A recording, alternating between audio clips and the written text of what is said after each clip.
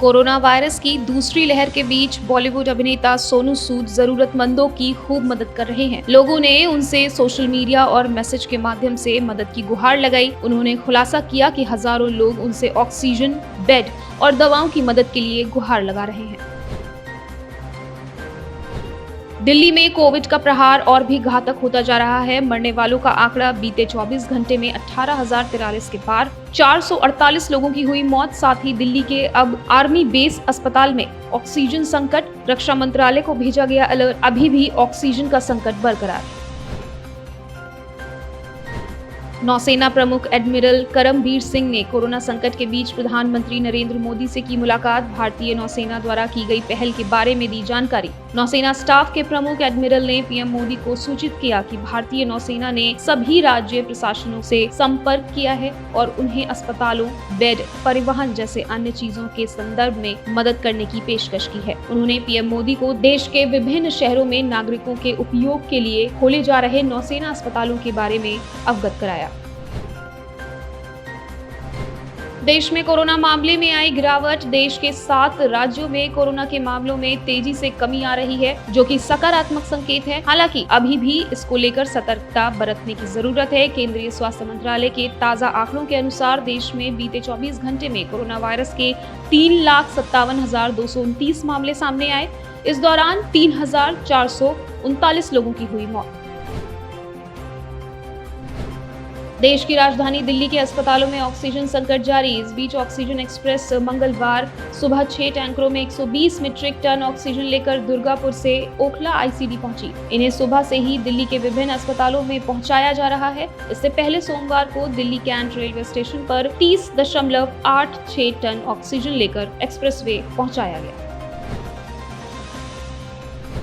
तेजी से फैलते कोरोना संक्रमण के बीच राजस्थान में सोमवार से नई गाइडलाइंस लागू हो चुकी हैं। अब विवाह समारोह में 31 से ज्यादा लोग शामिल नहीं हो सकेंगे। इससे अधिक लोग एकत्रित होने पर 1 लाख का जुर्माना होगा। बता दें कि पहले 50 लोग तक विवाह समारोह में शामिल हो सकते थे। बेवजह सड़कों पर घूमने वालों पर सख्ती होगी। सरकार ने तय किया है कि दोपहर 12 बजे से सुबह 5 बजे तक बिना किसी काम के घूमते नजर आने वाले लोगों को 14 दिन तक क्वारंटाइन किया जाएगा। देश में कोरोना वायरस की दूसरी लहर बेकाबू रफ्तार से चल रही है। देश में पिछले 24 घंटे में कोरोना के 3.5 लाख से अधिक मामले सामने आए। ये आंकड़ा करीब 50 देशों में एक दिन में मिले मामलों से भी ज्यादा है। दूसरी लहर में तेजी से फैल रहे संक्रमण की चेन को तोड़ने के लिए देश भर में लॉकडाउन की मांग की जा रही है। कोरोना की दूसरी लहर पर जल्द से जल्द नियंत्रण के लिए एक बार फिर से संपूर्ण लॉकडाउन लगाने की जरूरत पर बहस छिड़ चुकी है। कोरोना संक्रमण की दूसरी लहर के कारण उत्तर प्रदेश में घोषित लॉकडाउन के दौरान आवश्यक वस्तुओं और सेवाओं की आपूर्ति के लिए शासन ने पिछले वर्ष की तरह एक बार फिर ई पास जारी करने का लिया निर्णय। अपर मुख्य सचिव राजस्व रेणुका कुमार ने इस बारे में शासनादेश जारी किया है। आमजन भी चिकित्सा सेवाएं हासिल करने के लिए ई पास का आवेदन कर सकते हैं। कोरोना संकट के बीच अस्पताल इन दिनों संसाधनों की कमी से जूझ रहे हैं। अस्पतालों में वेंटिलेटर, बेड व ऑक्सीजन की कमी बनी हुई है। इस बीच एक आरटीआई के जवाब में यह बात सामने आई कि पिछले 10 माह में दिल्ली सरकार के स्वास्थ्य सेवा महानिदेशालय के सेंट्रल प्रोक्योरमेंट एजेंसी सीपीए ने एक वेंटिलेटर नहीं खरीदा है।